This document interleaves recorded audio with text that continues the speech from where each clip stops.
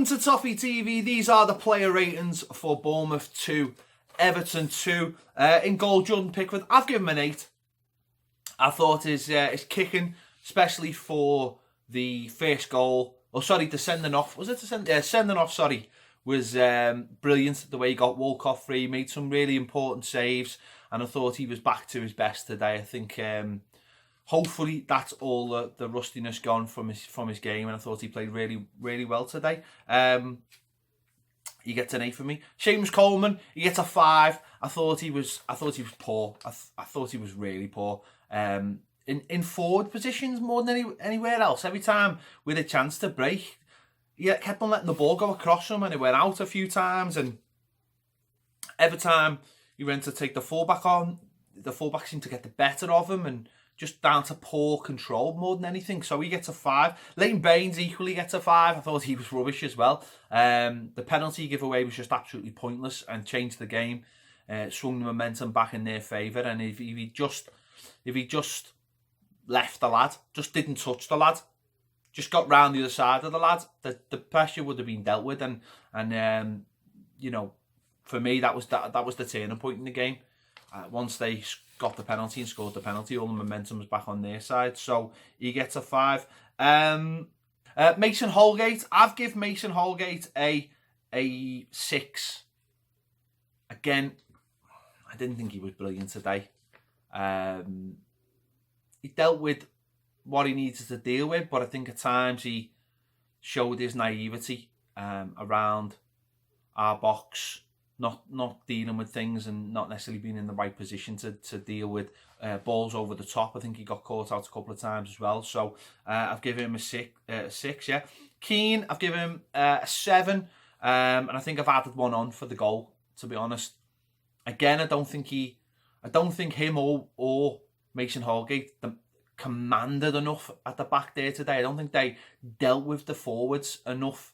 I think they were caught far too many times, isolated, or just letting the ball go over their head and not being in good positions. I just think that I don't know. I just don't think they coped well enough as a pair. And the second goal, not saying it's their fault, but I'm saying that's a indication of where we're not dealing with the ball. But fair play to Keane, obviously. He went off with a really, really bad injury, and he got a goal as well. So I'm going to give him 7. Tom Davies, I've given him a 5. I thought he started the game okay. He was neat and tidy, but again, it was like what I was talking about last week. He falls into that role of just getting the ball and giving it, and for me. Last week in the second half, I thought he grabbed hold of the game and started being a little bit more adventurous and started being, playing the ball in the right areas. And I just thought today he was far too safe when he had the ball. And then second half, he just didn't cope with the pressure of the Bournemouth players. I think that's something that he needs to really balance out in his game, because we massively missed Snidland today. We really did. We missed that linchpin in midfield that just the ball can go through. Just keep the ball going through all the time. And I just thought it's not his game. Tom's not a direct replacement for Snidland, and I just think until Gomez comes back, or obviously Snidland comes back, Gomez is the natural replacement for Snidland. Tom isn't. Tom's the replacement for Garner, if anything, or even more of a replacement for Sigurdsson further up the pitch, but he's definitely not a replacement for Snidland. I think when Snidland's not in there's no one doing that job, and I think that was costly in the second half, especially when we were 2-0 up. We needed that player in midfield who could just get on the ball and take the sting out of the game. Tom's not it, and I just didn't think he played well today. Garner, I'll give him a 6. Marginally better than Tom today, doing his own job. I think loads of times he's got this horrible habit of, when he's in the box, he just kicks it away and it ends up 10 yards away at the feet of the opposition. Again, he's a player who's got to get hold of the ball and use it better.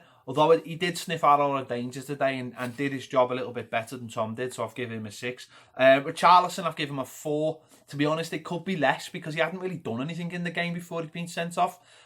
His sending off was stupid, and that's exactly what it was. It was just stupid. There was no need for it.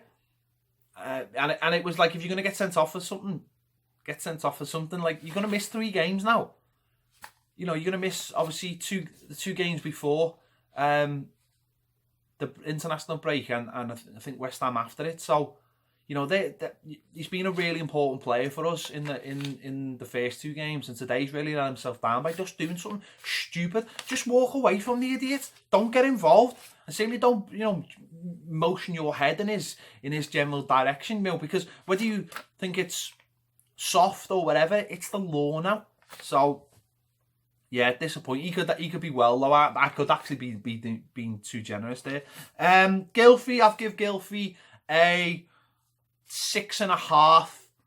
His cross for the second goal was brilliant. He could have got the winner in the last minute. Really wasn't a real good area for him. He had a decent enough game without really sort of grabbing it like he did last week. Obviously under difficult circumstances, this game he was moved over more onto the left-hand side in Richarlison's absence, and he did okay.